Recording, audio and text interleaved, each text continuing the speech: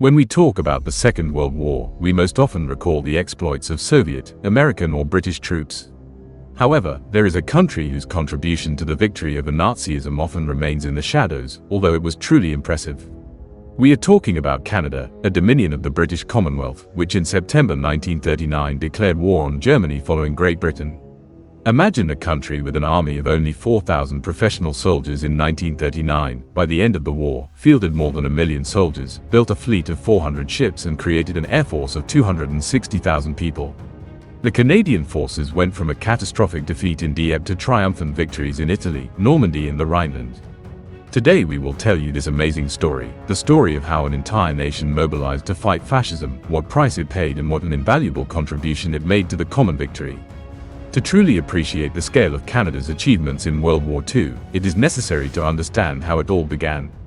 The picture of Canada's military readiness on the eve of the war was extremely depressing and did not foreshadow the significant participation that the country eventually took in the conflict. In 1939, Canada's only permanent armed force, known as the Permanent Active Militia, numbered just over 4,000 people, including officers. It was a tiny army for a country with a population of about 11 million people. By comparison, even small European states had significantly larger standing armies. There was also a reserve force, a non-permanent active militia, numbering about 51,000 people. However, these reservists represented more of a military potential on paper than a real fighting force. They sorely lacked the necessary equipment and, more importantly, proper combat training. Many of them had never participated in serious exercises and had no experience with modern weapons. The problem was not only in numbers, but also in the quality of weapons. In the pre-war years, the Canadian government was extremely reluctant to allocate funds for the rearmament and modernization of the army. The problem with armored units, the most expensive elements of the modern army, was particularly acute. There were very few tanks, and those that were available were often outdated models. The Air Force was in no less deplorable condition.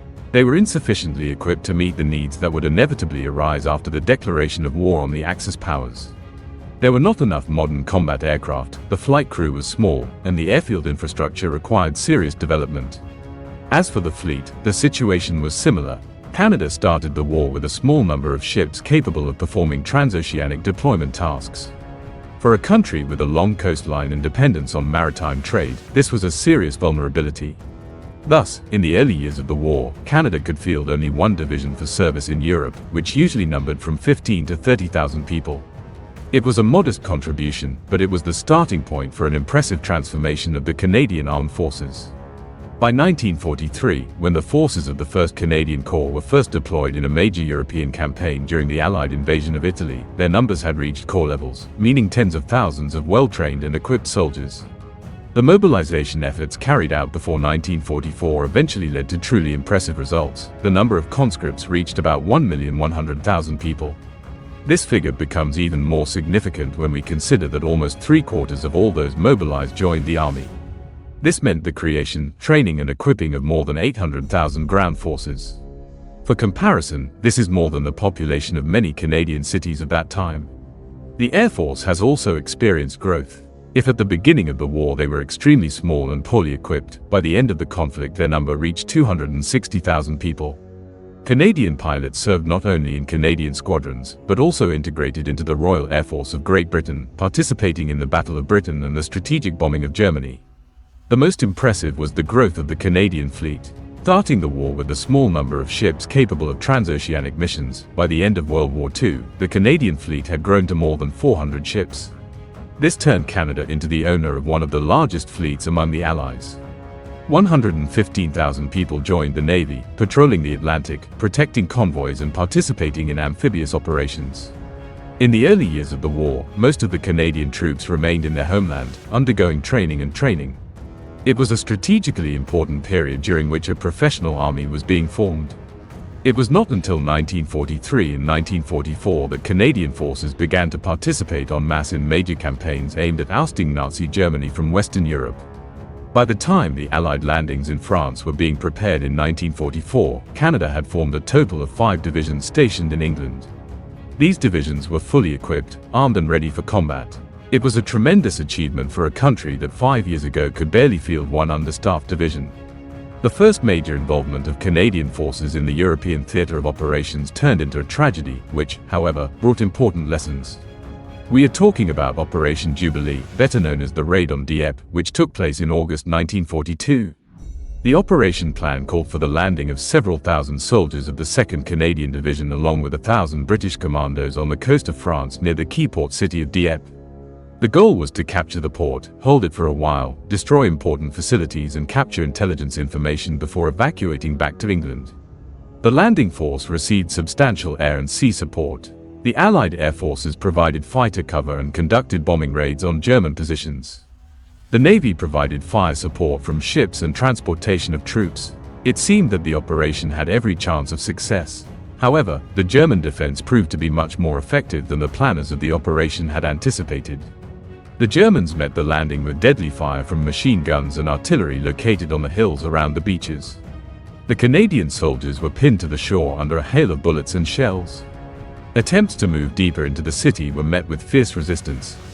The results of the operation were disastrous. More than 1,000 soldiers were killed, and another 2,300 were captured. This was a huge loss for the Canadian Armed Forces, which was still in the process of building up the numbers and combat experience. Many families in Canada have suffered losses on this tragic day. However, despite the military disaster, the Dieppe raid provided the Allies with invaluable information about the nature of the German coastal defenses. The planners realized how well the ports were fortified and how dangerous it was to try to capture them with a direct attack. These lessons were carefully studied and taken into account when planning Operation Overlord, the D-Day landings in Normandy in 1944. The Italian campaign. The initial setback at Dieppe contrasted sharply with the impressive achievements of the Canadian forces in the following stages of the European conflict. The real test of the Canadian Armed Forces was the Italian campaign, which began with the Allied invasion of Sicily in July 1943. Operation Husky, as the invasion of Sicily was called, was the first major Allied offensive on European territory. Canadian forces, including the forces of the 1st Canadian Division and the tanks of the 5th Canadian Armoured Division, as well as an additional armoured brigade, played an important role in it. It was a complex operation that required landing on enemy territory and rapid movement inland. After the successful completion of the operation in Sicily, Canadian troops took part in the offensive on the Italian mainland. They fought alongside other Allied forces in several key battles. The operation on the Moro River in December 1943 was particularly significant. The Germans turned this small river into a powerful defensive line, using the natural terrain and engineering fortifications. The Canadian forces had to cross the river under enemy fire, which required not only courage, but also tactical skill. The next test was the battle for the coastal area around Ortona in Chieti province. This picturesque Italian town turned into a field of fierce street fighting in December 1943. Canadian soldiers fought for every house, for every street. The Germans had turned the stone buildings of the city into fortified positions, and it was extremely difficult to dislodge them from there. The Battle of Ortona is often compared to the Battle of Stalingrad due to its intensity and ferocity of street fighting. The culmination of the Canadian forces' participation in the Italian campaign was the offensive in May 1944, which broke through the so-called Hitler Line in central Italy. This defensive line ran between the coast and the Aurunchi Mountains and was considered one of the most fortified German positions in Italy. The operation to break through the Hitler Line was a joint operation between the British 8th Army, the 1st Canadian Infantry Division, and the 5th Canadian Armoured Division. The Canadians attacked the heavily fortified German positions using a combination of infantry attacks and armoured strikes. The breakthrough of this line of defence was a turning point in the Italian campaign. The success of this operation paved the way for the Allied advance towards Rome. Canadian forces played a key role in the liberation of the Italian capital in June 1944. It was an important psychological and strategic victory that demonstrated to the whole world that the Allies were capable of defeating the German army on European territory. Day D. On June 6, 1944, Operation Overlord began, the greatest amphibious operation in human history. On this day, known as D-Day, Allied forces landed on the Normandy coast, opening the long-awaited Second Front in Western Europe. The Canadians played a key role in this operation. The 3rd Canadian Division, formerly under the command of the British 1st Army Corps, was tasked with landing on Juno Beach. This stretch of coast was located between the main landing points of the British troops, the beaches of Sword and Gold. All of these code names were assigned by the Allies to designate various landing sectors. Juno Beach was a difficult target. The coast was fortified by the Germans as part of the Atlantic Wall, a system of coastal fortifications that Hitler ordered to be built along the entire western coast of occupied Europe. There were concrete pillboxes, anti-tank obstacles, minefields and barbed wire. Disembarkation began early in the morning. The Canadian soldiers were getting out of the landing barges under intense fire from German artillery and machine guns. Many were injured or killed before reaching the shore. The waves knocked the soldiers off their feet, and heavy equipment dragged those who found themselves in deep water to the bottom. It was a living hell. At the initial stage of the fighting, the Canadians suffered significant losses, about 1,000 dead and wounded. Every meter of the beach had to be recaptured in fierce battles. However, unlike the Dieppe tragedy 2 years earlier, the Canadians were better prepared, better armed, and received more effective fire support from the sea and from the air. Gradually, despite the losses and fierce resistance, the Canadian forces were able to seize a foothold and begin advancing deeper into the territory. After seizing the designated beachhead, the Canadians moved on, intending to link up with the British troops advancing from Sword Beach. It is a remarkable fact that on D-Day, the advance of Canadian forces into the interior of the country was ahead of all other Allied forces. It was an outstanding achievement, given the intensity of the German resistance and the complexity of the terrain. The Canadians managed to advance to the main road connecting Bayeux with the provincial capital, Caen. British Field Marshal Bernard Law Montgomery, the overall commander of the Allied ground forces during Operation Overlord, considered Caen a key point for the overall success of the invasion of Normandy. The city was of strategic importance due to its location and transport links. The capture of Caen was supposed to open the way for further Allied offensives. However, despite the fact that the Canadian offensive was reinforced by other troops, including American units that landed on Omaha and Utah beaches, fierce German resistance meant that the city would be taken only a month after the landing. The battles for Caen became one of the bloodiest in the Normandy campaign. Nevertheless, the successful landing on Juno Beach and the subsequent advance of Canadian forces were an important contribution to the overall success of Operation Overlord.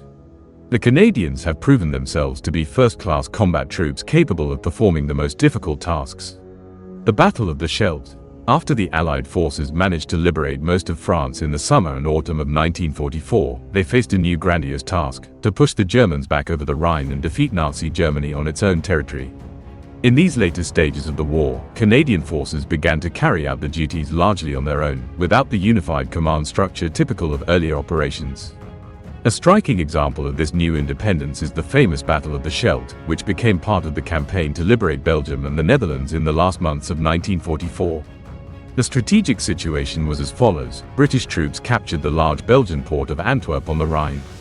It was one of the largest ports in Europe, and its capture opened up the opportunity for a significant improvement in the supply of Allied troops. However, there was one problem: the strategic river delta separating Antwerp from the North Sea, the Scheldt estuary, remained in German hands. As long as the Germans controlled the Scheldt, the port of Antwerp was useless to the Allies. Ships could not enter the port, and all its huge capacities were idle. The task of clearing the Scheldt of German troops fell on the shoulders of the 1st Canadian Army. It was an extremely difficult operation. The area around the Scheldt was a network of canals, dams, flooded fields, and fortified positions. The Germans turned this region into a powerful defensive zone, using the features of the landscape.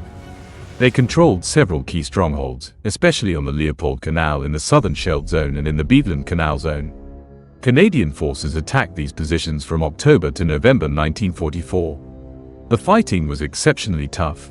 The soldiers had to fight in conditions where a significant part of the territory was flooded, and movement was possible only along dams and narrow roads, which the Germans kept under constant fire. One of the keys to the success of the Canadian forces was the work of engineering units. Engineers built bridges that allowed infantry to advance where amphibious attacks tried but failed to break through the German defenses. The 6th Canadian Infantry Brigade particularly distinguished itself in these operations, demonstrating outstanding bravery and professionalism. By November 8, 1944, German forces had lost control of the Scheldt. It was an important victory, but the price was high. After 5 weeks of fighting, about 13,000 Allied soldiers were killed, wounded or missing, and about half of them were Canadians. The first months of 1945 were the time of the decisive Allied offensive in Western Europe. The Rhineland campaign was supposed to complete the defeat of German troops west of the Rhine and prepare for the final invasion of Germany itself. The Canadian First Army was responsible for a front line about 360 kilometers long, which is about 220 miles. This line stretched from the Meuse River, which in France is called the Meuse, where it originates before flowing into the Rhine to Dunkirk near the Franco-Belgian-Flemish border. What made this responsibility even more impressive was that at the initial stage of the Rhineland campaign, which began on February 8, there were not only Canadian troops under the command of General Crerar of the 1st Canadian Army. 9 British divisions were subordinate to him, as well as Belgian, Polish, Dutch and American units.